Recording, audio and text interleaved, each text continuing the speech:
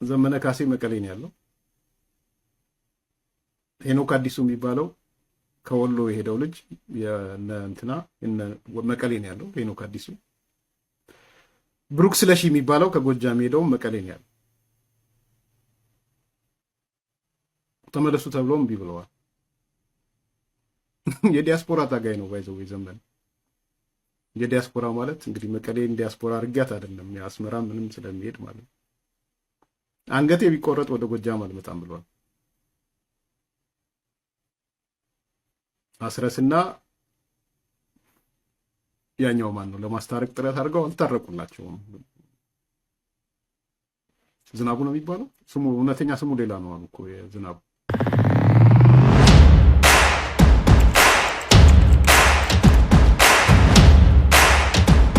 ሰላም እንዴት አላችሁ? ውድ የዘኢትዮጵያ ቤተሰቦች፣ ቴዎድሮስ ካሳና አምሃ ደገፋ እንደተለመደው በወቅታዊ ፕሮግራማችን መጥተናል። የዛሬው ፕሮግራማችን ወቅታዊው የቲፒኤልኤፍ እና የፌዴራል መንግስት ውጊያ ምን ላይ ደርሷል የሚል መረጃ ለማቀበል ከዛ ደግሞ ከዚህ ጀርባ ያሉ እውነቶች ምንድናቸው የሚሉትን ጥቂት ለማየት ነው። ጉዳዩ በሸረሪና በሁመራ በወልቃይት ብቻ ያበቃ አልሆነም። በእርግጥ እዛ አካባቢ የተነሳው እሳት እነ ወልቃይትን እነ ሁመራን እጅጉን ፈጅቷቸው አቃጥሏቸው ሊሆን ይችላል።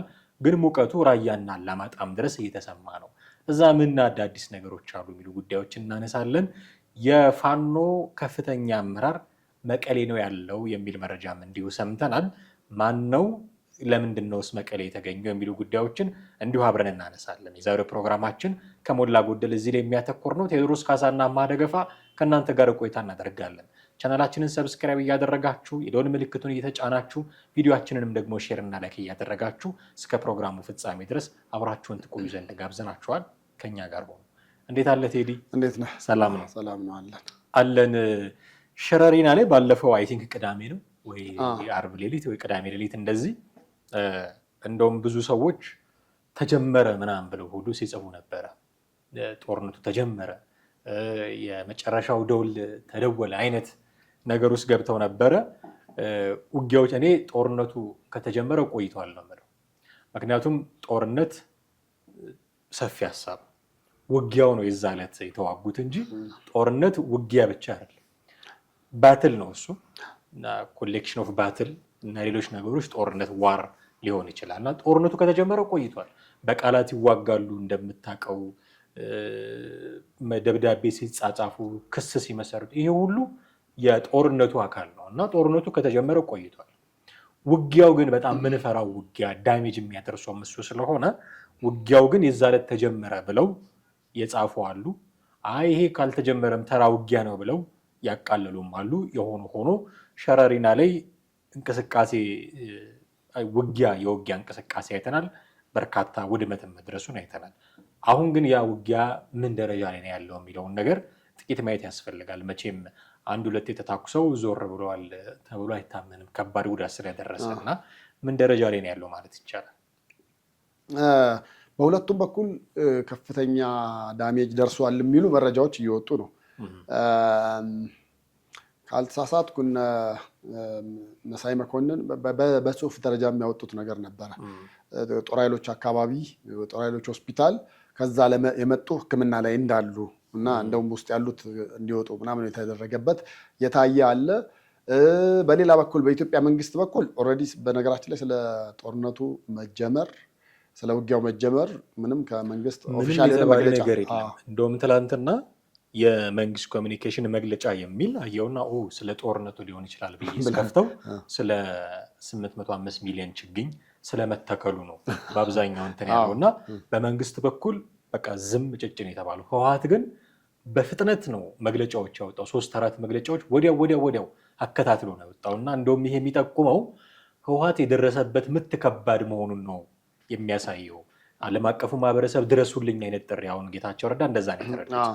ራስ ተንኩሰ እንዴት ድረሱልኝ ትላለህ አይነት መግለጫ ነው እንትን ያሉት እና ሌሎች ናቸው በቃ የሚያወሩት፣ የህወሓት ሰዎች ናቸው የሚያወሩት፣ የፋኖ ደጋፊዎች ነው። ኢቭን ልደቱ አያሌው ጽሁፍ አውጥተዋል።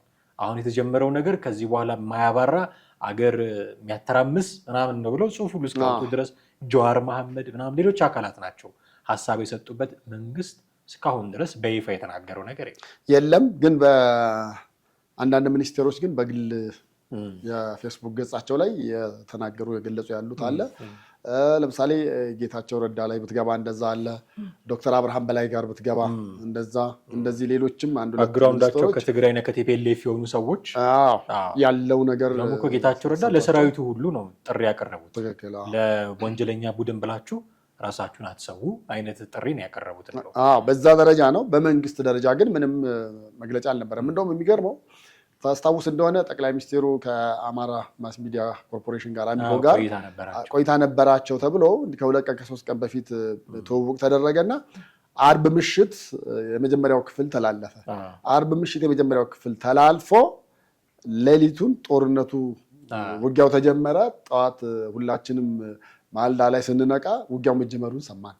እንደዛ አይነት ነገር ነው የነበረውና አሁን ጋብ ያለ ቢመስልም ግን በሁለቱም በኩል ከፍተኛ የሆነ ዳሜጅ እንደደረሰ የተገለጸ ነገር አለ። አንዳንዶቹ ጋብ ሊል የቻለበት ምክንያት የክረምቱ ጉዳይ ነው። ክረምቱ ያው የአሁኑ ጦርነት በእግረኛ አይደለም። ደግሞ እንግዲህ እንደውም የትግራይ አክቲቪስቶች የተወሰኑት ሲናገሩ የነበረው ምንድነው ለምንድን ነው በእግረኛ የማይዋጋው? የውጊያ አይነትም ሊመርጡ ነው።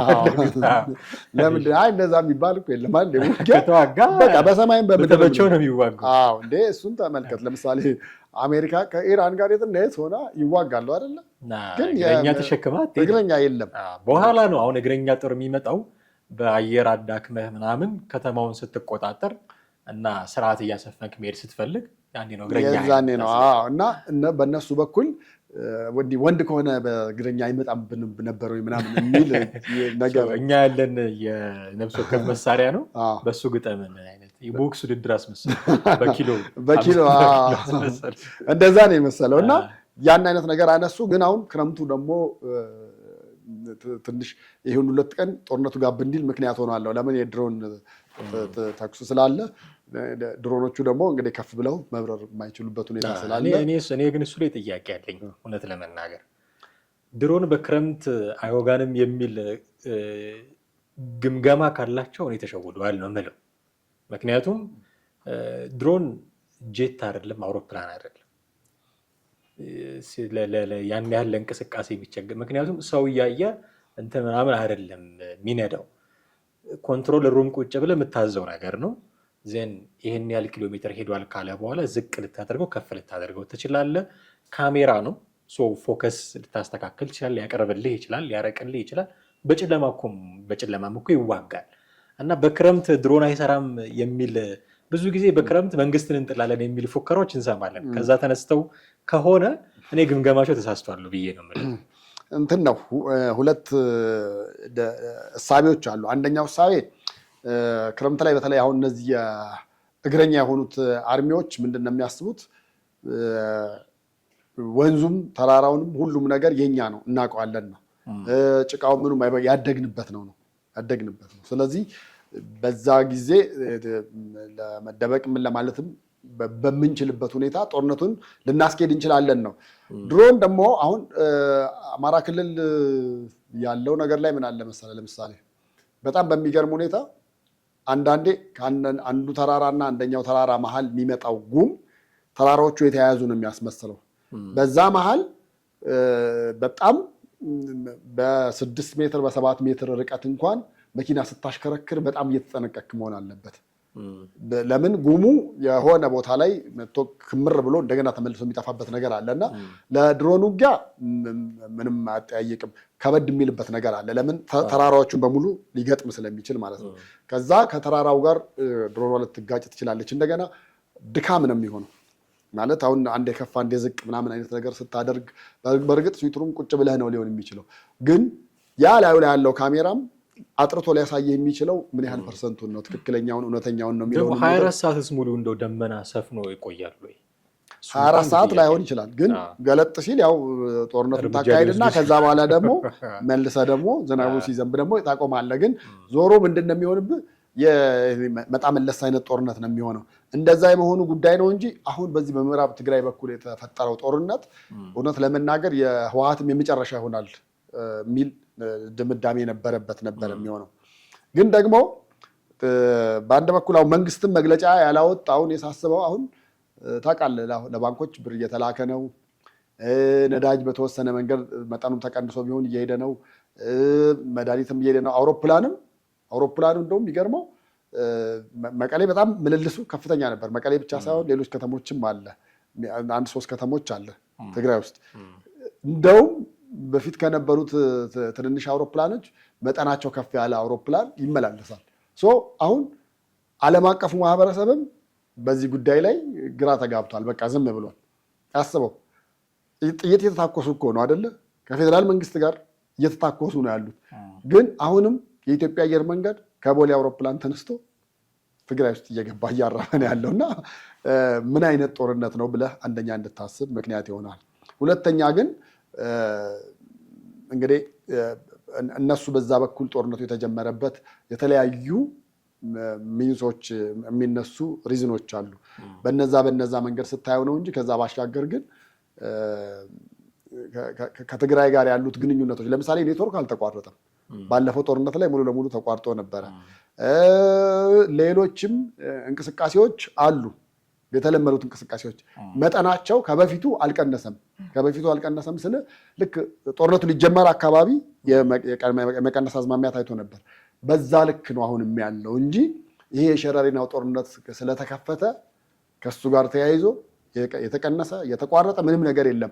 ከዛም አንጻር ይመስለኛል አሁን መንግስትም ምናልባት ያው ዓለም አቀፍ ሚዲያ በተወሰነ መንገድ ዲደብሊውም ሌሎችም እየዘገቡ ስለሆነ ይሄ ጦርነት ምናልባት ከፍ ወዳለ ደረጃ ሲደርስ ያለነው መሀል አዲስ አበባ ነው። ዲፕሎማቶች አሉ።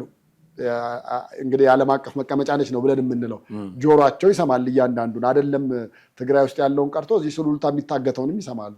ማለፋት አይቻልም የሚባለውን ነገር ራሱ ለዜጎቻቸውም ለአምባሳደሮቻቸው ምናምን የሚልኩ ያዳምጡታል፣ ይሰሙታል። ጦርነቱን ግን ያን ያህል ቦታ ተሰጥቶት እንደዚህ ከፍ ተደርጎ በመንግስት ደረጃም በዲፕሎማቶችም ደረጃ ምንም እንትን የተባለ ነገር የለም እና እሱ ስታየው አለ የለም ለማለት የሚያስቸግር ነው። አንዱ ትልቁ የክርክር ርዕሰ ጉዳይ የሆነው ውጊያውን እከሌ ጀምሮታል ሆን ብዬ ነው ውጊያውን ምረው ቀደም እንዳልኩት ጦርነቱ ከተጀመረ ቆይቷል ብዬ ስለማምን ነው። ውጊያውን ተኩሱን እከሌ ነው የጀመረው የሚል የቃላት ጦርነት አለ። ማን የጀመረው ይመስላል? እኔ ህወሓት ነው የጀመረው በሚለው ነው የማደላው። እንደ ሪዝን አውት ላረጋቸው የምችላቸው ነገሮች የሚመነጩት ከህወሓት ጋር ነው። ከህወሓት ጋር ከሚኖር ከጥላቻ ከምናምን ጋር በተያያዘ አይደለም። በእርግጥ እነሱ ደግሞ በዛው ልክ የተጠቀሙበት ፖለቲካ አለ። የኢትዮጵያ መንግስት ነው የጀመረው ብለው እነሱም ያስቀምጧቸው ሪዝኖች አሉ። ግን እኔ በራሴ ለምሳሌ የመጀመሪያው ይሄ አርሚ 70 የሚባለው እንግዲህ ዋናው ማዘዣ ጣቢያው ሸረሪና የሚባለው ቦታ ነው አለ የሚባለው። አሁን ሸረሪና ጋር ጦርነት ተፈጠረ ምናምን የሚባለውም ለዛ ነው። የአርሚ 70 ስንል በነገራችን ላይ ሳምሪ የሚባለው ነበር። በፊት በሳምሪ ነበር የሚጠራው። ታስታውስ እንደሆነ አንዴ የት ነው የሆነ ቦታዎች እንደዚህ ከፍተኛ የሆነ ጭፍጨፋ ምናምን ነገር ያደረገባቸው ማይካድራ ላይ የተፈጠሩ አንዳንድ ቦታዎች እንደገና ተቀማጭነታቸውም ከኢትዮጵያ ውጭ ሱዳን እንደነበረ ነው እና ህወሓትም የመጨረሻ ጥይቱ እነሱ ሊሆኑ እንደሚችሉ ነበር። የመጨረሻ ጥይቱ ማለት እንግዲህ ያው የቲዲኤፍ ኃይል ብለው ራሳቸው ያደራጁት አለ። እንደገና በልዩ ኃይል ደግሞ አሰልጥነው ምን ብለው ለሀገረ ትግራይ መስረታ ተብሎ ደግሞ የተቀመጠ ወታደር አለ። ግን ይሄ አርሚ 70 የተባለው የመጨረሻው የህወሓት ጥይት እንደምትሆን ነው። በቃ ሁሉን ነገር ስትጨርስ አይደል የመጨረሻ ጥይትን የምትጠቀመው፣ እንደዛ የመጨረሻው ነው። አንደኛው ይሄ የኮሎኔል ደመቀ ዘውዱ ግዛት አካባቢ ነው። አዋሳኝ የሆኑ ቦታዎች ላይ ነው ነገሮች የተጀመሩ። ስለዚህ የጽምዶ የውጊያ አንዱ ፕላን ነው የሚለውን ነገር ለማምጣትም የተጠቀሙበት ነገር አለ። ይሄ የጽምዶ በህብረት አንድ ላይ ሆነን ያደረግነው አንዱ የጦርነት መግቢያ ምክንያት ነው ብለው የተጠቀሙት አለ።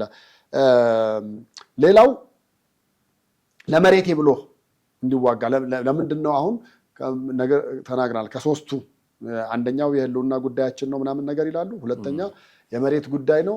ሶስተኛ ደግሞ ሀገረ ትግራይን የምንመሰርትበት የመጨረሻው እንደ ሪቮሉሽን እንደ አብዮት አድርገው የሚያነሱት አለ በእነሱ በኩል ያሉ ሰዎች እና ይሄ የአሁኑም ጦርነት እንደዛ ሆኖ ከሶስቱ ለአንደኛው ዓላማ ነው የምንዋጋው፣ እሱም ለመሬታችን ነው፣ መሬታችንን ለማስመለስ ነው ስለተባለ መሬትን የማስመለስ አንደኛው ምክንያት ነው ብዬ ነው የምልህ። ሁለተኛው የጽምዶን አንደኛው ፕላን በጋራ ሆነን እየተዋጋን እንደሆነ እንዲያውቁ የሚል ነገር ነው የያዙት ነው። እነሱ ግን ይሄኛውን ደግሞ ገልብጠው ተጠቅመውበታል።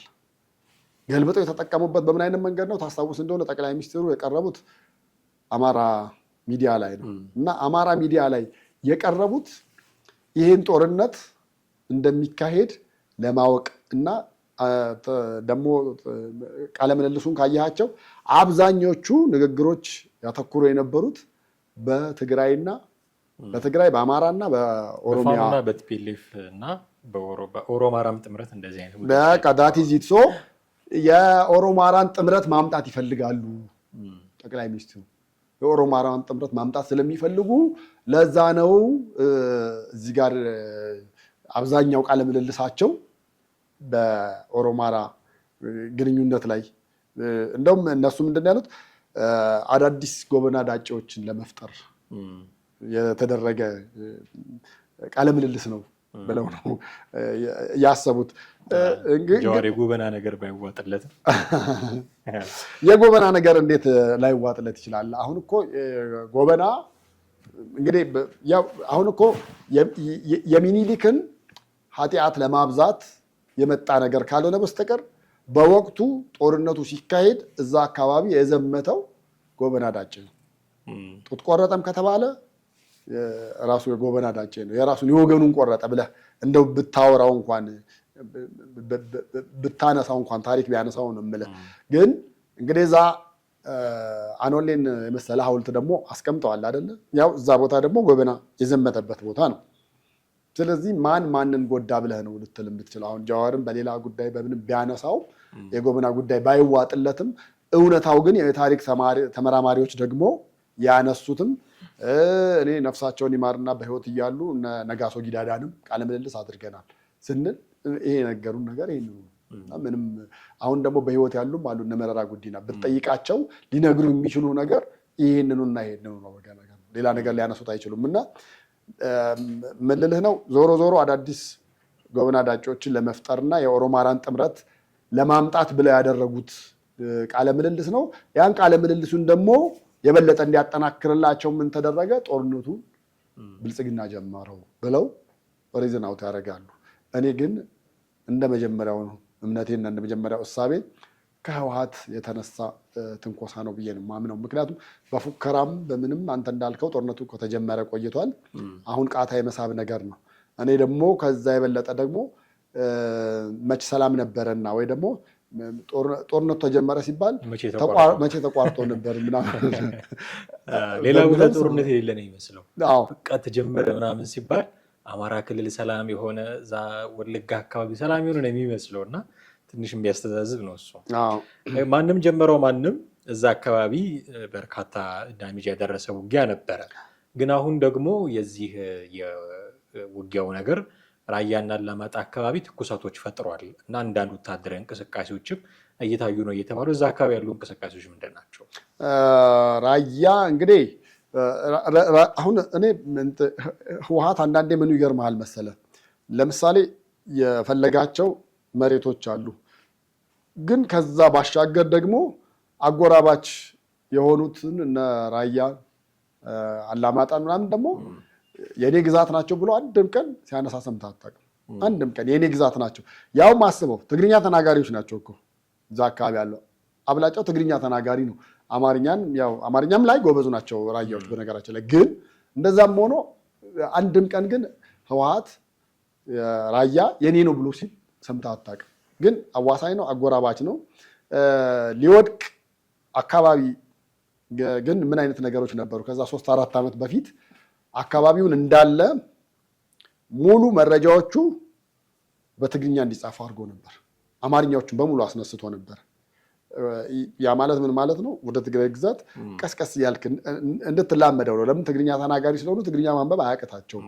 ግን በክልል ስለነበረ ልክ ትግራይ ስትገነጥል አብረህ ራያን የሚይዘህ ለመሄድ ቋንቋቸው እዛ እንዳለ ታደርገዋለህ። ምን ታደርገዋለህ? ከዛ በኋላ ማስታወቂያዎቹ ምናምኖቹ የቴሌቪዥን ፕሮግራም የምናምን ፕሮግራም እንደዚህ ቲያትሮች በኪነ ጥበብ ምናምን እያደረክ ታላምድ እና መጨረሻ ወደ ራስ ትጠቀልላቸዋለህ። ያን አይነት ሲስተም እየተጠቀመ ነበረ። ግን ለውጡ መጣና ያለውን ነገር ቆረጠበት። በኋላ ራያ የማን ነው? የአማራ ነው የትግራይ ነው ተብሎ በጣም ፋይት ሲደረግ ራያ ራዩማ ማለት ጀመሩ። ራያዎች ደግሞ ራያ የራሱ ነው የራሱ ማንነት ያለው ነው እንጂ ህወሓትም አይደለም ከአማራም አንጠቃለል የሚላለ።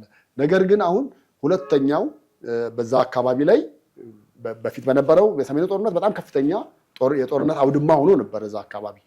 አሁን ደግሞ ከሸረሪና ጋባለ ሲባል ደግሞ ወደዛ አካባቢ ሆኗል ትኩሳቱ እና አይ ቲንክ በሁሉም አቅጣጫ የመሄድ እና ወደ መሀል የመምጣት ሀሳብና ፍላጎት ያለው የሚመስል እንቅስቃሴዎች ማሳያ ናቸው ብዬ ነው የማምነው። ከዚህ ጋር ተያይዞ የኤርትራ ወታደሮችም ወደ ትግራይ ክልል መግባታቸው አቀባበል የተደረገላቸውም ሰምተናል። ከዚህ በፊት እንደነበረው ስሙ ግን የህዝብ ለህዝብ ግንኙነት ነው የሚል ስም ነው። ወታደር ጠርተህ እልል ብለህ ተቀብለህ እንዴት ነው የህዝብ ለህዝብ የሚሆነው የሚለው ራሱ አጠያቂ ጉዳይ ነው። የህዝብ ለህዝብም እኮ ነው ለማለት እኮ ኤርትራ ማለት ራሳቸው እውቅና የሰጧት በቃ የጎረቤት ሀገር ነች። ከጎረቤት ሀገር ጋር እኮ ድንበር ለማለፍ ራሱ አለመንግስት እውቅና ምንም መሆን መቻል የለበትም። አንደኛ እሱ ነው። ሁለተኛ ደግሞ ያሉትን ነገሮች እኮ ስታያቸው ለምሳሌ በጦርነቱ ላይ ጄኖሳይድ ተፈጽሞብናል ምን ተብለዋል ምናምን ብለው ከሚሉት በላይ አይተሃል። አንድ የሆነ ቡድን ያጠናው እንደውም በቁጥር በዳታ ተቀምጧል 70% የሚሆነው በኤርትራ ጥፋት የደረሰው ነው የሚል ነው። ከኢትዮጵያ ወታደሮች ከፋኖች ይልቅ ትግራይ ላይ 70% የሚሆነው ጥፋት የደረሰው በትግራይ ነው የሚል ነው። ግን እንግዲህ የወዳጅ ጠላት ነው ምናምን የጠላት ወዳጅ አይ ቲንክ አዎ እንደዛ አይነት ነገር የሆነ ግንኙነት ነው የተጀመረው። በዚህ ላይ ግን እኔ በጣም ብዙ ማደንቃቸው ተንታኞች ምን ብለዋል? ኤርትራ ወይ ደግሞ ኢሳያስ በምንም ተአምር ህወሓትን አያምነውም ነበር። በምንም ተአምር እነሱ አሁን ብዙ ነገሮች ለማስተባበል አንድነን ምናምን ነገር ለማለት ከደርግን ጥለናል ምናምን የሚሉ ነገሮች ያነሷቸው ነገሮች ነበሩ። ግን ከዛ በላይ ግን ኤርትራ አገር ለመሆን ያየችው ስቃይ ላይ በጣም ትግራዮች ጫናም አድርገውባቸውም ነበር። እንደውም ኢሳያስ እኮ እዚህ አዲስ አበባ ከመጡ በኋላ ለተመድ የሀገር እውቅና ይሰጠን ብሎ እኮ ደብዳቤ ጽፎ ነበር። የሀገር እውቅና ይሰጠን ብሎ ደብዳቤ ሲጽፍ ከአዲስ አበባ ካልተጻፈ ወይ ደግሞ ኢትዮጵያ ካልጻፈችልህ አይሆንም ተባለ። ሳይወድ በግዱ ሄዶ መለስን ጻፍልን አለው። ሀገራዊ እውቅና መጀመሪያ ለኤርትራ የሰጠችው ኢትዮጵያ ነች የሚባለው ከዛ አንጻር ነው። እና ይሄ እንግዲህ የጽምዶ አንደኛው አካል ነው ሊሆን የሚችለው። ከዛ በኋላ አብረን እንውጋ ያሰቡት ነገር ነው። ግን ከፋኖ ጋር ደግሞ አንድ ሳይሆኑ ኮላብ ሳያደርጉ ደግሞ እኔ ድል ማድረግ ይችላሉ ምናምን ብዬ ላምን አልችልም። የእነሱ አክቲቪስቶች በእርግጥ እየፎከሩ ነው ትግራይን እንመሰርታለን ምናምን ነገር። ትግራይን ግን በዛ መንገድ ያለ አዲስ አበባ እውቅና ምንም አይነት መገንጠልም ምን ማለትም አይችሉም። አዲስ አበባ ያለው እውቅና ሳይኖር ከአዲስ አበባ እውቅና ሳያገኙ ነው የምልህ። እና ይሄ የነሱ የህዝብ ለህዝብ ይበሉት ወታደር እያሳዩ ምን እያደረጉ ምናምን የተለያየ ስም ሊሰጠው ይችላል። ጽምዶ ምናምን ይለዋል። ግን በኋላ ገለጥ አድርገህ ስታየው ደግሞ ዞሮ የኢትዮጵያ መንግስት ለመጣል ነው ብለን ነው የምናምነው። እና ይሄኛው ጥሩ አይደለም አካሄዱ፣ መስመሩን ስቷል ብዬ አስባለሁ። ቅድም በዚህ በራያ በኩል ያለው ነገር ስናነሳ ያው በራያ በኩል ያለው የቲፒኤልኤፍ እንቅስቃሴ እንዳይመቻቸው ከሚጠበቁ ሰዎች መካከል ምሬ ወዳጆ እና እሱ የሚመራው የፋኖ ኃይል ነው። ግን ምሬ ወዳጆ እስካሁን ዝም ብሏል። ከዚህ በፊት መቀሌ ሄዶ ታሞ ነበረ፣ እዛ ሄዶ ታክሟል የሚል መረጃ እንደውም አንስተ ብዙ ነገር ስናነሳ ነበረ እና ለቲፒኤልኤፍ እንደው ቀና ልብ እየያዘ መጥቷል ምሬ እየተባለ ይታማል። ሰው በራያ በኩል ቲፒኤልኤፍ አለ፣ አስተዳደር አፍርሶ የራሱን አስተዳደር ሰይሞ ምናምን ብዙ ነገር ያደርጋል። ይሄ ሁሉ ሲሆን ዝም ነው የተባለው። በወልቃይት በኩል አይሞክረውም። ታውቃ ቢሞክረውም ኮሎኔል ደመቀ ዘውዱ የሚያደርጉትን ያደርጋሉ እና በዛ በኩል ሲሆን ለምን ዝም ተባለ? እና ደግሞ አንድ የፋኖ አመራር ጭራሽ አሁን በዚህ ሰዓት ያለው መቀሌ ነው የሚል መረጃም ደግሞ የሚሰጡ ሰዎች አሉ። ቅድም ሰምተነዋል። እናንተ ስለማን እያወራን እንደሆነ ተመልካቾቻችን እንዲገባቸው እሱ መረጃ አጋርተናቸው እንመለስ። ዘመነ ካሴ መቀሌ ነው ያለው። ሄኖክ አዲሱ የሚባለው ከወሎ የሄደው ልጅ እንትና መቀሌ ነው ያለው ሄኖክ አዲሱ። ብሩክ ስለሺ የሚባለው ከጎጃም ሄደው መቀሌ ነው ያለው። ተመለሱ ተብሎም እምቢ ብለዋል። የዲያስፖራ ታጋይ ነው ባይዘው ዘመነ። የዲያስፖራ ማለት እንግዲህ መቀሌን ዲያስፖራ አድርጊያት አይደለም የአስመራ ምንም ስለሚሄድ ማለት ነው። አንገቴ ቢቆረጥ ወደ ጎጃም አልመጣም ብሏል። አስረስና ያኛው ማን ነው ለማስታረቅ ጥረት አድርገው አልታረቁላቸውም። ዝናቡ ነው የሚባለው ስሙ፣ እውነተኛ ስሙ ሌላ ነው አሉ እኮ የዝናቡ። እና እንደሰማኸው ነው የፋኖ ከፍተኛ የአፋብኃይል ሊቀመንበር ነው ዘመነ ካሴ ማለት እና እሱም የሚገኘው በመቀሌ ነው የሚል እንደውም ወደ ጎጃም አልመለስም የሚል ሞት ቢመጣ አንገቴን ብቆርጡ አልመለስም ብሏል ነው የሚለው መረጃው። አብረን የሰማነው መረጃ እንደዛ ነው የሚለው እና በራያ በኩል ያለውን እንቅስቃሴ እነ ምሬ ችላ ማለታቸው እነ ዘመነ ካሴ መቀሌ ታይተዋል፣ መረጃው እውነት ከሆነ መቀሌ ታይተዋል ተገኝተዋል የሚለው ነገር ምንድነው የሚነግረን ከቲፒኤልኤፍ ጋር ስላለው ነገር? እኔ እንደውም ዘመነ ለምሳሌ አማራ ነው አይደለ? አማራ ክልል ነው ያለው። ግን አማራ ክልል ተንቀሳቀስ ከምትለው በነፃነት ትግራይ መቀሌ ከተማ ውስጥ ሄዶ ሻይ ቡና መጠጣት ብዬ አስበህ አይደለም። አሁን ባለው ነው ለነፃነቱ እሱ ነው። አይ ቲንክ እነሱም ስለተሻለው መሰለኝ የዛኔም ሄዶ ሕክምና ወስዶ ነበር አይደለ? እዛ ወይ ሱዳን ወይ ኬንያ ምናምን ቢሄድ በነፃነት የሚንቀሳቀስ ይመስለኛል። አማራ ክልል ለክልሌ ለህዝቤን የምዋጋለት ምናምን ከሚለው በላይ እዛ በነፃነት ሄዶ ሻይ ቡና ማለት ይችላል። ከሰዎቹ ጋር ይገናኛል ብዬ ነው የማስበው። ምክንያቱም ተመሳሳይ የሆነ እሳቤና ተመሳሳይ እንቅስቃሴ ላይ ስለሆነ ያሉት እንደውም መታየቱ ብቻም አይደለም ይሄ ሰውዬ ከዛም የተሻለ ነገር እዛ ከዚህ በኋላ በፊት ኤርትራ ነበረ የሚሄዱት አስታውስ እንደሆነ ወይ ሱዳን ምናምን ነው ሊሄዱ የሚችሉት። አሁን ግን መቀሌ ውስጥ እንደልባቸው የሚንቀሳቀሱበት ነገር የተፈጠረ ይመስለኛል። እንደውም ያው ህወሓትን ሙሉ ለሙሉ ማመን ባትችልም ጠባቂ ራሱ ጋርዶች ከነመሳሪያ አስታጥቃል እንደተሰጠውና አጃቢ ሊኖሩት እንደሚችሉ እንጠብቃለን። ገና እንሰማለን ወደፊት ነው የምልህ። አሁን የዛኔ ታስታውስ እንደሆነ ሕክምና ላይ ያለ የሆነ የትግሬ ስም ነበር የተሰጠው፣ ሀጎስ ነው ምንድን ነው ያሉት፣ እንደዛ ነገር ተሰጥቶ ነበር። መቼም ዘመነ ካሴ የሚል ሐኪሞቹም ሲያዩ ሊደነግጡ ይችላሉ። ከዛ ስም የዛው አካባቢ ስያሜ ነበር የተሰጠው። አሁንም እዛው የትግል ስም ሰጥተውት እነሱ ጋር በጣም ከኤርትራ ደግሞ እንግዲህ መቀሌ ትቀርበዋለች። ስለዚህ ከነ ደብረ ጽዮን ጋር እንደ ልቡ እየተመላለሰ የሚቆይበት አጋጣሚ ነው ብዬ ነው የማስበው። ያው እንግዲህ በርካታ ነገሮች ሊነሳበት የሚችል የውጊያ ነው ሰሞኑን የሰማ ነው። ማን ነው ሞገስ የሚባል ልጅ የሀሳብ ገበታ የሚባል ሚዲያ ያለው ልጅ አንድ በጣም ጥሩ ነገር ሲናገር ሰማው። ትርፍ ሀገር የለችንም፣ ጦርነትን በምንም መልኩ መደግፍ አይደለሁም እያለ ሲናገር ብዙዎቻችን ልንገዛው የሚገባ ሀሳብ ይመስለኛል። ጦርነት በየትኛውም መንገድ አክሳሪ ነው፣ የሚጠቅም ነገር አይደለም። በዛ ላይ የእርስ በርስ ውጊያ ሲሆን ደግሞ በጣም ዘግናኝ የሆኑ ወንጀሎችን ጭምር የሚያስተናግድ ነው። የትኛውም የሀሳብ ልዩነት የሰለጠነ ዘመን ላይ እንደሚኖር ሰው በውይይት በስምምነት እንዲፈቱ ኤክስፔክት እናደርጋለን። እኛ ማድረግ የምንችል እሱን ነው። ሌላ ኃይል ኖሮን አንተምተው ማለት የምንችልበት ሁኔታ የለም። ሚዲያ ላይ እንደሚሰራ ሰው አገር ስትጎዳ አገር ስትወድም ደስ እንደማይለው እንደ አንድ ዜጋ ችግሮች በሰላም እንዲፈቱ ነው የምንጠይቀው። እኛ በምንለው ግን ስላልሆነ ውጊያዎች እያየን ነው። የሚኖሩ አዳዲስ ነገሮች ካሉ እንዲህ ካሉ ምክር ሀሳቦች ጋር ብቅ እያልን ወደ ተመልካቾቻችን የምናደርስ ነው የሚሆነው። ቴዲ ለዛሬው ግን እጅግ አድርጌ አመሰግናለሁ። ወደ ቤተሰቦቻችን እናንተም ከኛ ጋር የነበራችሁ ቆይታ እጅግ አድርገን ነው የምናመሰግናችሁ። የእናንተ ሀሳብ ምንድን ነው? ብታጋሩን ደስ ይለናል። በተለመደው መልኩ ልታደርሱን ትችላላችሁ። እኔና ቴዲ ግን ለዛሬ ወደ እናንተ ስናደርስ የነበረውን ፕሮግራም እዚህ ላይ አብቅተናል። ጤና ይስጥልን።